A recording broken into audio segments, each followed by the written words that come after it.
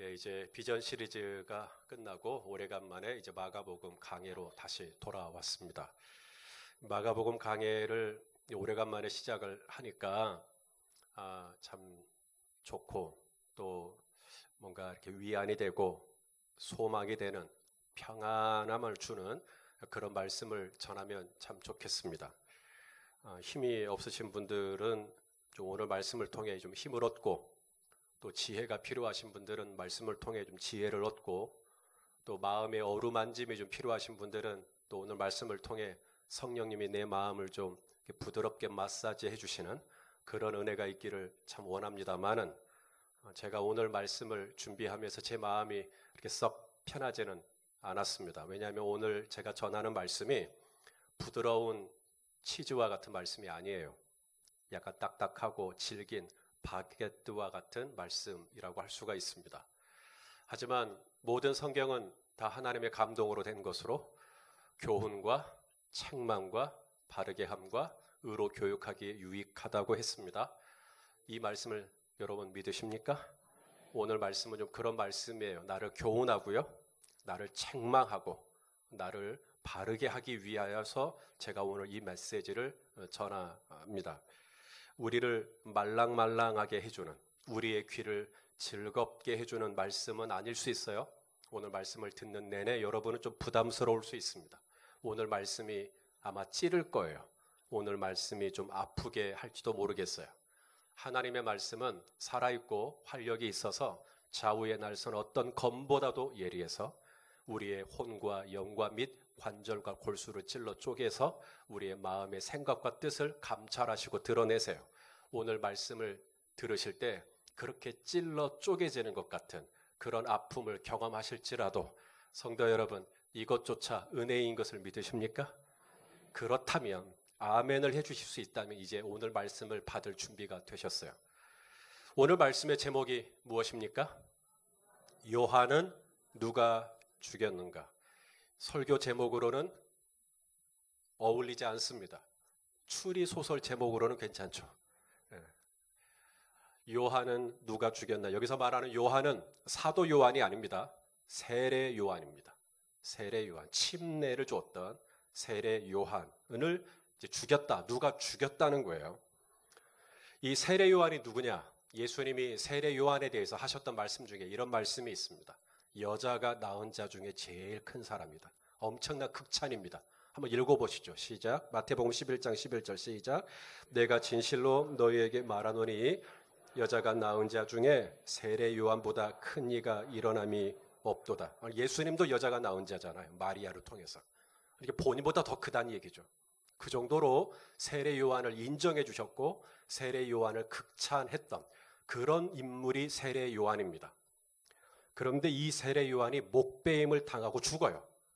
누가 세례 요한을 죽음에 이르게 했는가? 자, 세 사람의 용의자가 오늘 본문에 나옵니다. 첫째는 헤롯입니다. 헤롯, 정확한 이름은 헤롯 안티파스, 안디바라고 우리말로 번역이 되어 있죠. 헤롯 안디바가 첫 번째 용의자입니다. 그의 아버지 헤롯 1세죠. 그의 아버지 헤롯 1세가 죽을 때 이 이스라엘을 세 군대로 나눠가지고 세 아들에게 분할 통치를 하도록 유언을 했어요.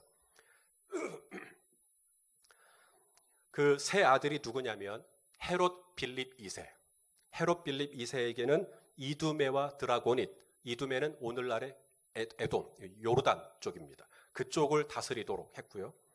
헤롯 아켈레오, 마태복음 2장에 헤롯 아켈레오라는 인물이 나오는데 헤롯 1세의 아들입니다. 그에게도 유대와 사마리아 지역을 다스리도록, 그리고 오늘 본문의 주인공이죠. 헤롯 안티파스, 그에게는 갈릴리와 그리고 베레아 지역을 다스리도록, 분봉왕입니다. 그래서 오늘 본문에 헤롯이 자기 생일날 갈릴리의 귀인들을 초대했다. 왜 그랬냐면 갈릴리를 다스리기 때문입니다. 그래서 갈릴리의 귀인들이 와서 함께 생일 파티를 했던 것이죠. 이 헤롯 안티파스가 한 일이 뭐냐면 헤롯 빌립 2세라는 말은 헤롯 빌립 1세가 있다는 얘기인데 헤롯 빌립 1세가 이 안티파스의 배다른 동생입니다. 근데 빌립 1세가 죽고 난 다음에 이 빌립 1세의 아내였던 헤로디아를 자기 아내로 삼아요. 이미 헤롯 안티파스에게는 아내가 있어요. 그런데도 자기 동생이 죽자 그 동생의 아내였던 헤로디아를 자기 아내로 삼은 것이죠. 세례 요한은 이것을 지적한 겁니다. 근친 상간이니까 이것은 문제가 있다라고 제기한 거죠. 자, 오늘 본문 17절, 18절 말씀입니다. 읽어보시죠. 시작. 전에 헤롯이 자기가 동생 빌립의 아내 헤로디아에게 장가든 고로 이 여자를 위하여 사람을 보내어 요한을 잡아 옥에 가두었으니 이는 요한이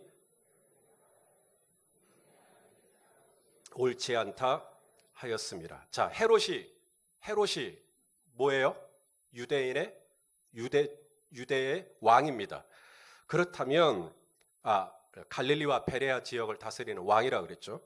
그렇다면 왕은 무소불위의 권력을 가지고 있는 사람이에요. 자기에게 거슬리는 얘기를 하는 이 요한을 그냥 죽이면 됩니다. 그런데 오늘 본문에 보니까 헤롯은 이 요한을 죽이지를 못해요. 두려워합니다. 오히려. 이유가 뭔가? 자, 오늘 본문 20절 말씀을 또 읽겠습니다. 시작. 헤롯이 요한을 의롭고 거룩한 사람으로 알고 두려워하여 보호하며 또 그의 말을 들을 때 크게 번민을 하면서도 달갑게 들음이러라. 자, 헤롯이 요한을 어떤 사람으로 알고 있다고요? 의롭고 거룩한 사람. 의롭다라는 말은 죄가 없다는 이야기죠. 그러니까 헤롯도 요한이 감옥에 갇힐 만한 죄인이, 목배임을 받을 만한 죄인이 아니라는 걸 헤롯도 알고 있는 것이죠. 알고 있는데도 요한을 목을 베버린 겁니다. 왜? 아니, 죄가 없다는 걸 본인이 아는데 왜 요한을 죽이는가? 우리는 이것을 가리켜 우유부단함이라고 말해요. 우유부단함이 뭐냐면 뭐가 옳은지 알아요. 어떻게 해야 되는지를 알겠는데 그게 잘 안 돼요. 우물쭈물, 어물어물거리는 겁니다. 누가 또 그랬나? 본디오 빌라도가 그랬습니다. 이 본디오 빌라도가 로마의 총독인데 예수님을 십자가에 못 박아라. 예수님을 처형하라. 근데 빌라도는 예수님이 죄가 없다라는 걸 알아요, 몰라요? 알죠. 빌라도가 예수님이 죄가 없다라는 이야기를 공공연하게 복음서에 3번 이상 언급합니다. 자, 말씀을 통해 확인하죠. 누가복음 23장 4절 시작. 빌라도가 대제사장들과 무리에게 이르되 내가 보니 이 사람에게 죄가 없다. 누가 한 말이에요? 빌라도 총독이 한 얘기입니다. 총독이 판단할 때 이 사람 죄 없는데 대법관이 판단할 때 이 사람 죄 없다라고 판단을 한 겁니다. 자, 요한복음 19장 4절 말씀도 읽겠습니다. 시작. 빌라도가 다시 밖에 나가 말하되 보라 이 사람을 데리고 너희에게 나아오니 이는 내가 그에게서 아무 죄도 찾지 못한 것을 너희로 알게 하려 함이로라 하더라. 빌라도는 알았어요, 몰랐어요? 알았습니다. 예수님이 의롭고 예수님은 거룩하고 예수님은 아무런 죄가 없고 예수님은 십자가 처형을 받을 만한 죄인이 아니라는 걸 알았어요. 하지만 빌라도는 결국 예수님을 어떻게 했습니까? 십자가에 못 박혀 처형을 당하도록 내줘버렸어요. 왜 그랬을까요? 빌라도가 예수님을 십자가 처형에 내준 이유가 있어요. 자, 마가복음 15장 15절입니다. 시작. 빌라도가 무리에게 만족을 주고자 하여 바나바는 놓아주고 예수는 채찍질하고 십자가에 못 박히게 넘겨주니라. 자, 빌라도가 예수님을 십자가 처형에 넘겨준 이유가 뭐예요? 무리에게 만족을 주려고. 무리는 사람이죠. 사람들 만족시켜 주려고 예수님 넘겨준. 그러니까 이게 뭐냐면 뭐가 옳은지 알아요. 죄 없어 이분. 요한은 죄 없어. 예수님은 죄 없어. 알아요. 그런데 무리에게 만족을 주기 위해서, 다른 사람을 기쁘게 해주기 위해서는 내가 이 사람은 죄가 없다라고 하는 이 소신대로 못 사는 거예요. 거기서 우물쭈물하는 겁니다. 거기서 갈등을 일으키는 것이죠. 그리고 결국은 요한의 목을 베고 소반에 담아오도록. 오늘 헤롯이 자기 생일날 딸이 와서 이제 춤을 췄다는 거죠. 아빠가 생일이니까 아빠를 위해서 이제 많은 사람들 앞에서 춤을 춘 겁니다. 당시에 이 헤롯의 딸 이 살로메의 나이가 15살, 16살 정도로 추정을 합니다. 가장 10대의 그 아리따운 딸이 많은 하객들 앞에서 아빠를 위하여 춤을 추고 나니까 몸에 알코올도 좀 들어갔겠다. 기분이 잔뜩 좋아진 이 헤롯이 이야기합니다. 딸아, 뭐 갖고 싶어? 뭐든 얘기해봐. 아빠가 이 나라의 절반이라도 너한테 주마. 그 정도로 파격적으로 이야기를 합니다. 그러자 이 살로메, 이 헤로디아의 딸이 엉뚱한 이야기를 합니다. 바로 요한의 목을 베서 저에게 주십시오. 이 이야기를 하는 것이죠. 10대에 불과한 딸의 입에서 나온 얘기인가 의심스러울 정도의 소원입니다. 이 이야기를 듣고 야, 말도 안 되는 얘기를 왜 하고 있어? 라고 무시하거나 거절하면 될 텐데 헤롯은 거기서 우물쭈물하게 됩니다. 왜요? 무리에게 만족을 주고자. 자, 오늘 본문 26절이죠. 읽어보겠습니다. 시작. 왕이 심히 근심하나 자기가 맹세한 것과 그 앉은 자들로 인하여 그것을 거절할 수가 없는 거예요. 거절하면 되잖아요. 딸아, 그건 안 돼. 그건 안 돼. 그러면 되는데 거절을 못해요. 왜요? 앉은 자들, 이분들이 자기를 보고 있는 거예요. 이들에게 내가 거기서 거절해버리면 내가 맹세한 것이 뭐가 되며 자신의 체면이 뭐가 되며 결국은 그 앉은 자들을 위하여 무리를 만족시켜주기 위하여 어떤 결정을 내리는 겁니까? 자신이 옳다라고 생각하는 것에 타협을 하기 시작하는 것이죠. 성경은 이렇게 말씀합니다. 솔로몬이 잠언 29장 25절을 이렇게 썼어요. 자, 쉬운 말 번역인데요. 읽어보겠습니다. 시작. 누구든지 사람을 두려워하면 올가미에 걸릴 뿐이지만 오직 주를 의지하는 자는 누구나 안전하다. 자, 누구를 두려워한다고요? 사람을 두려워하면 어디에 걸려요? 올가미. 올가미는 덫입니다. 올무에 걸리게 되는 거예요. 그럼 덫에 걸리면 앞으로 가지도 뒤로 가지도 꼼짝달싹을 못하는 게 올감이에요. 사람을 두려워해버리면 무리를 만족시켜주고 싶고 사람을 기쁘게 해주고 싶고 사람에게 인정받고 싶고 그렇게 되면 어떻게 되느냐? 내가 옳은 게 뭔지 아는데 내가 어떻게 살아야 하는 것이 뭔지 아는데도 이게 그렇게 못하는 거예요. 꼼짝달싹 못하는 거예요. 누가 요한을 죽였는가? 첫 번째 용의자는 바로 헤롯 안티파스입니다. 무리를 만족시켜주고자 그 앉은 자들을 위하여 결국은 요한을 목을 베고 소반에 담아오라고 시켰던 헤롯 안디바, 그가 첫 번째 가해자로 우리가 꼽을 수가 있겠습니다. 두 번째, 요한을 죽인 자는 누구인가? 이제는 헤롯의 아내였던, 한때는 자신의 동생 빌립의 아내였던 헤로디아 또한 용의선상에 올라올 수가 있겠죠. 자, 헤로디아도 이 헤롯과 결혼을 하고 난 다음 요한이 이제 이야기를 합니다. 그 잘못됐다. 동생의 아내를 취하는 것은 잘못됐다라고 이야기를 했을 때 헤로디아는 어떻게 반응을 했는가? 자, 오늘 본문 19절입니다. 읽어보시죠. 시작. 헤로디아가 요한을 원수로 여겨 죽이고자 하였으되 하지 못한 것은. 자, 요한을 어떻게 여겼다고요? 누가? 헤로디아. 그러니까 헤로디아는 요한이 이 옳은 소리를 하는 것에 대해서, 자신의 죄를 지적하는 것에 대해서, 자신의 잘못을 지적하는 것에 대해서 헤로디아는 받아들일 수가 없는 거예요. 그게 그렇게 듣기 싫은 거예요. 그래서 요한을 원수로 여길 뿐만 아니라 어떻게 해요? 더 적극적으로 그를 아예 죽이고 싶어하는, 제거해버리고 싶어하는 그런 마음을 가졌던 여인. 헤로디아의 문제가 뭔지 아시겠죠? 듣기 싫은 말은 곧 죽어도 듣기 싫은 거예요. 헤롯은 똑같은 지적을 받았을 때 헤롯은 그래도 조그마한 양심은 있었나 봐요. 번민했어요. 그 요한의 이야기를 듣고 달갑게 들었어요. 그래, 내가 잘못했지. 라고 생각을 했어요. 근데 헤로디아는 달랐어요. 헤로디아는 그 이야기를 들을 때, 요한의 지적을 받을 때마다 그렇게 그냥 화가 그냥 이렇게 일어나는 거예요. 그리고는 이 요한의 얘기를 듣고 싶지 않으니까 요한을 죽여버리고 싶은 거예요. 이것을 뒤집어 보면 헤로디아의 안에 있는 아주 갈급한 욕구를 하나 우리가 읽을 수가 있는데, 헤로디아는 어떤 여인이냐면 좋은 말만 듣고 싶은 여인이었어요. 좋은 얘기만. 내가 듣기에 참 좋다. 이런 얘기만 좀 듣고 싶은 그런데 요한이 자꾸 그 잘못됐다, 그건 틀렸다라고 얘기하니까 헤로디아가 너무 힘든 거예요. 여러분, 비난이라는 게 있고요, 비판이라는 것이 있어요. 비슷한 단어죠. 그런데 비슷한 단어가 아니라 완전히 다른 단어입니다. 비난이라는 말과 비판이라는 말을 한자로도 완전히 달라요. 비자가 비슷한 거 아니냐? 한글로만 비슷하지 한문은 다릅니다. 비방할 비자, 그리고 힐난할 난자. 그러니까 그 사람의 잘못과 그 사람의 실수와 그 사람의 잘못을 가지고 계속 모욕을 주고 수치심을 주고 조롱을 하고, 그것은 비판이에요, 비난이에요? 그건 비난입니다.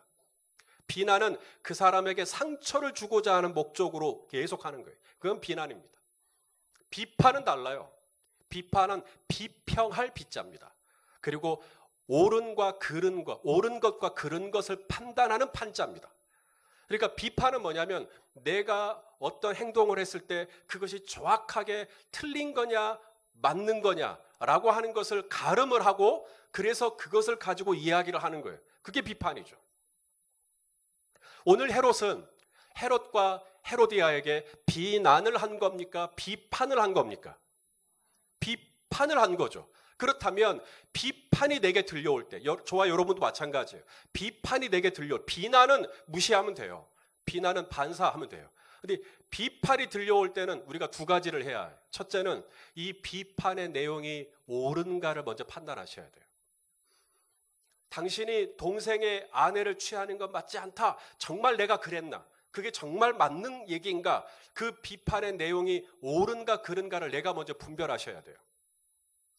저는 교회 지도자로서 우리 성도님들로부터 비난이나 혹은 비판으로부터 노출되어 있습니다. 일전에 한번 저에게 메일이 하나 왔어요. 유튜브를 통해 제 설교를 듣는 다른 교회를 출석하는 분이셨습니다. 이분은 이 얘기를 하면 아실라나? 이제 제 아버지를 굉장히 존경하고 제 아버지를 흠모하는 분이셨습니다. 이분이 이제 목사님, 그 손성현 목사님의 아들이라고 하니까 이제 제 설교를 들어본 거죠. 그리고 나서 이제 조금 불편했던 겁니다. 그래서 제게 이제 메일을 보내신 거죠. 첫째, 이분을 불편하게 했던 것은 목사가 설교를 할 때 왜 성직자 가운을 입지 않느냐, 이 부분이었어요. 그래도 하나님의 말씀을 대언하는 자로서 영적인 권위가 있으려면 정장보다는 안수를 받을 때 입었던 가운을 입고 하는 것이 더 말씀을 받는 자의 입장에서도 좋은 것 같다. 가운을 입으셔라, 이 얘기였고요. 또 하나는 그분이 이제 오랫동안 제 아버님으로부터 설교를 들어왔던 분이기 때문에 제가 그때 사무엘 상하를 강의하고 있었을 때였는데 이제 해석이 다른 거예요. 제 아버님이 했던 해석, 그분이 받았던 해석과 제가 그 본문을 풀어내는 방식이 달랐던 겁니다. 그러니까 그 부분을 틀렸다라고, 그분은 이건 옳지 않다, 아버님은 이렇게 설교했는데 왜 당신은 이렇게 보느냐라고 하는 부분이었어요. 자, 이런 얘기를 제가 들었을 때 제가 어떻게 반응을 해야 합니까? 먼저 그것이 맞는지를 보셔야죠. 저는 가운을 진짜로 입지 않아요. 지금도 입지 않아요. 그래서 그분의 지적은 틀린 게 아니죠. 또 하나, 해석도 제 아버지의 해석과 제 해석은 얼마든지 달라질 수 있죠. 그래서 달라졌다라고 하는 다르다라고 하는 그분의 지적은 틀린 게 아닙니다. 그래서 저는 그분이 하시는 말씀이 옳다, 맞다라고 저는 결정을 일단 했어요. 인정을 했어요. 자, 그 다음 두 번째, 비판을 받을 때 두 번째가 뭐냐면 이제 이것을 수용할 것인지 말지를 결정하셔야 돼요. 저는 그분이 가운을 입지 않은 것에 대해서, 이것은 목사의 권위가 떨어지는 문제라고 하는 부분에 대해서 제가 가운을 입지 않은 것은 제가 인정하겠습니다. 하지만 저는 목사의 권위가, 말씀의 권위가 가운에서 나온다고 하는 것에 대해서 제가 동의하지 않습니다. 라고 제 입장을 말씀을 드렸습니다. 그리고 해석이 틀렸다라고 하는 부분에 대해서는 틀린 게 아니라 다른 겁니다 라고 제가 말씀을 드렸습니다. 그리고 얼마든지 성경은 마치 정육명책 같이 위에서 보는 것, 아래에서 보는 것, 오른쪽에서 보는 것, 옆에서 보는 게 다 다를 수 있기 때문에 얼마든지 달라질 수 있습니다. 다만 예수 그리스도와 그분의 영광을 위한 이 본질, 복음만 확실하다면 저는 얼마든지 해석은 달라질 수 있다고 보기 때문에 집사님께서 저에게 하신 말씀은 분명히 옳은 얘기지만 제가 온전히 수용할 수는 없습니다라고 제 입장을 말씀을 드렸습니다. 비판이 여러분에게 다가올 때 두 가지. 먼저 그것이 정확히 맞는지를 보셔야 되고요. 두 번째는 이것을 내가 수용하고 받아들일지 아니면 내가 하던 대로 할지를 결정하셔야 합니다. 요한이 헤롯과 헤로디아에게 말합니다. 동생의 아내를 취한 건 문제가 있다라고 말했을 때 이것이 맞는지 틀리는지, 그리고 이것을 내가 수용할지 말지, 이것을 헤롯과 헤로디아가 좀 더 건설적으로 이 비판에 대해서 잘 반응을 했더라면 어땠었을까? 하지만 헤로디아에게는 연약함이 있죠. 듣기 싫은 얘기, 귀에 거슬리는 얘기는 너무너무 싫은 거죠. 요즘 말로 미움받을 용기가 헤로디아에게는 부족했던 겁니다. 그래서 헤로디아는 자기에게 거슬리는 이야기를 하는 요한을 원수로 여겼어요. 나에게 비난이 아니라 비판만 해도 그를 원수로 여기는 거죠. 그가 그렇게 싫은 거예요. 그래서 그를 죽이고 싶은 마음까지 일어났다라는 거죠. 바로 이것이 요한을, 딸이 이제 말하죠. 엄마, 뭐라고 얘기할까? 요한의 목을 베라 그래. 요한을 누가 죽였는가? 두 번째 용의자입니다. 헤로디아죠. 자, 세 번째 또 가해자가 나오겠죠? 요한을 죽인 가해자. 세 번째 인물은 바로 헤로디아의 딸인 살로메입니다. 오늘 본문에는 딸의 이름이 살로메로 나오지 않지만 역사학자들은 살로메라고 얘기합니다. 헤로디아의 딸이라고 얘기했습니다. 헤롯의 딸이 아닙니다. 왜냐하면 살로메는 헤롯 빌립 1세와의 결혼 사이에서 태어난 딸이기 때문에 헤로디아의 딸이라고 얘기를 한 겁니다. 이 살로메에게는 아주 뛰어난 탤런트가 있죠. 바로 춤을 잘 춘다는 거예요. 춤을 아주 잘 춰요. 이게 적당히 그냥 앙증맞게 귀엽게 그냥 살랑살랑 되는 그런 춤이 아니었을 겁니다. 10대의 가장 아름다운 몸매를 가지고 있는 이 딸이 아빠의 생일날 그곳에 갈릴리의 고관들과 종교 지도자들과 다 모여있는 이 엄청난 파티에 멋지게 춤을 춘 겁니다. 다들 눈이 다 뒤집혀질 정도로 너무 멋지게 춤을 추고 난 다음에 헤롯이, 이 아빠가 너무 기분이 좋아가지고 딸에게 말합니다. 딸아, 아빠가 너에게 뭐 좀 주고 싶다. 네가 이렇게 나를 위해서 많은 사람들 앞에서 춤을 잘 춰줘서 정말 기분이 좋은데 아빠가 뭐 줄까? 네가 나라의 절반을 구한다고 해도 내가 줄게. 이렇게 얘기를 합니다. 그러면 여러분은 뭘 구하시겠습니까? 눈빛이 반짝반짝거리시네요. 뭔가 구할 게 있는 것이죠. 그런데 살로메의 비극은 뭐냐면 뭐 줄까? 라고 했는데 살로메가 대답해요, 못해요? 못해요.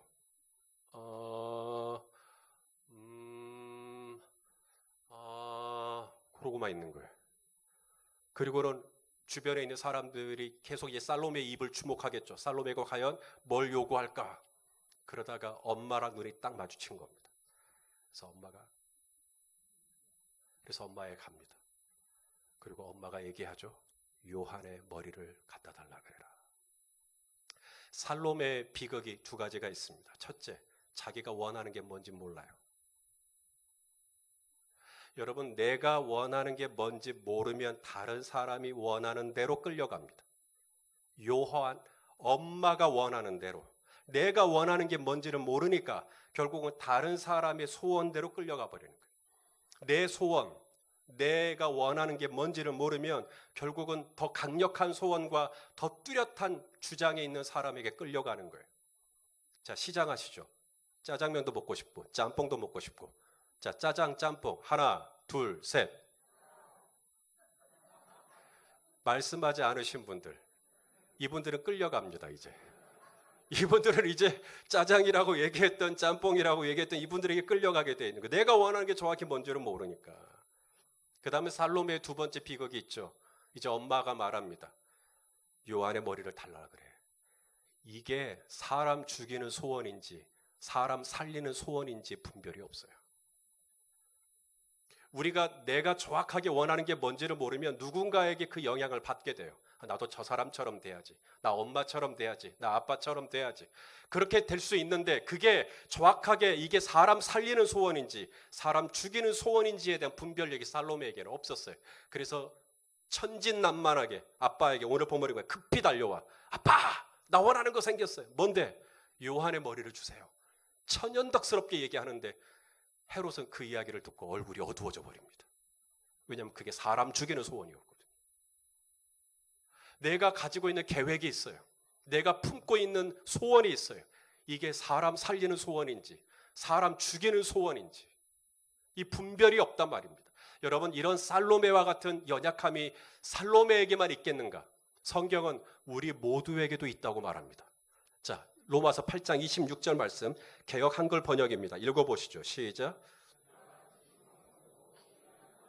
우리의 연약함을 도우신 하나님. 우리의 연약함이 뭐예요? 우리가 마땅히 빌 바를 알지 못하나 오직 성령이 말할 수 없는 탄식으로 우리를 위하여 친히 간구하시느니라. 자, 저와 여러분 안에 있는 연약함을 성경은 낱낱이 고발하는데 그게 뭐예요? 마땅히 빌 바를 몰라요. 우리는 많이 빌죠. 기도하잖아요. 빌잖아요. 비는 것이 능사가 아니라는 거예요. 이 비는 것이 정확하게 사람 살리는 것인지 죽이는 것인지에 대한 분별이 우리에게 없을 수 있다.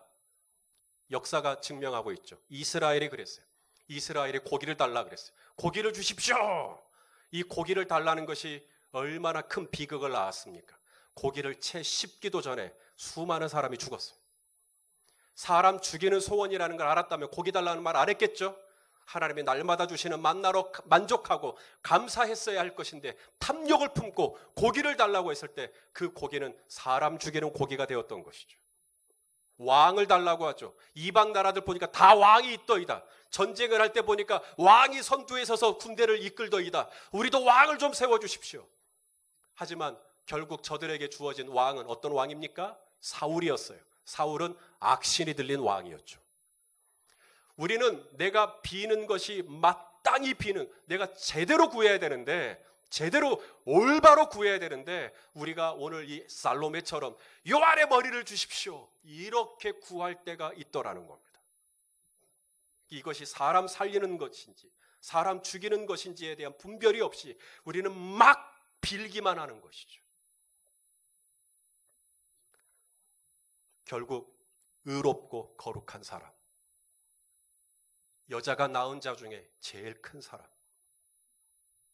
주는 흥하여야겠고 나는 쇠하여야 되겠다고, 나는 그분의 신들매를 풀기도 감당하지 못하겠다고 했던 이 겸손하고 이 아름다웠던 하나님의 선지자가 이 딸의 이 잘못된 비는 것 때문에 죽임을 당하게 되었습니다. 요한은 누가 죽였습니까? 헤롯? 헤로디야? 살로메? 저와 여러분 안에 하나님을 기쁘시게 해드려야 되는데 사람도 기쁘게 하고 싶은 거예요. 그래서 이 사이에서 우리가 올가미에 걸린 것처럼 이러지도 못하고 저러지도 못하고 끙끙 앓고 있고, 헤로디아처럼 나도 내 귀에 좋은 얘기만 듣고 싶고, 살로메처럼 내가 뭔가를 계획을 세우지만 이것이 정확하게 사람 살리는 것인지 죽이는 것인지에 대한 분별력이 없이 그냥 마냥 빌고만 있다면, 사랑하는 여러분, 요한을 죽인 가해자의 용의 선상에 저와 여러분이 있을 수도 있는 겁니다. 말씀을 마치겠습니다.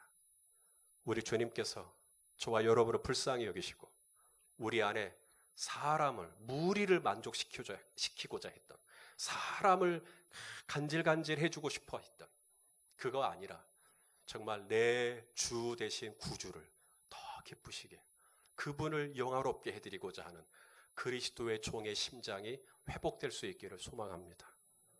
내 귀를 말랑말랑 해주는 그런 아첨의 말보다 때로는 나의 심장과 폐부를 찌르는 듯한 정확하게 나의 실상을 관통하는 얘기를 할지라도, 그것이 정말 내 마음을 아프게 하고 번민스럽게 하는 말이라 할지라도 그것을 달갑게 들을 줄도 알고 수용할 줄도 알고 또 인정할 줄도 아는 넓은 마음이 저와 여러분 안에 있을 수 있게 되기를 소망합니다. 무엇보다 오늘 내가 품고 있는 이 계획들이 있어요. 내가 생각하고 있는, 또 간절하게 주님 앞에 빌고 있는 제목들이 있어요. 이것들이 사람 살리는 소원, 사람 살리는 계획, 교회를 살리는 소원, 공동체를 살리는 소원, 더 나아가 나라와 민족을 살리는 소원, 이웃을 유익하게 하는 소원. 그래서 위로는 하나님께 영광이요, 옆으로는 이웃을 사랑하게 되는 복되고 참으로 총명한 그런 소원을 품은 자로 살아서 주님이 너를 통하여 천한 만민이 복을 받게 될 것이라고 말씀하셨는데, 그 복의 근원으로서 아름답게 서 계시는 저와 여러분 다 되실 수 있기를 예수님의 이름으로 축원합니다.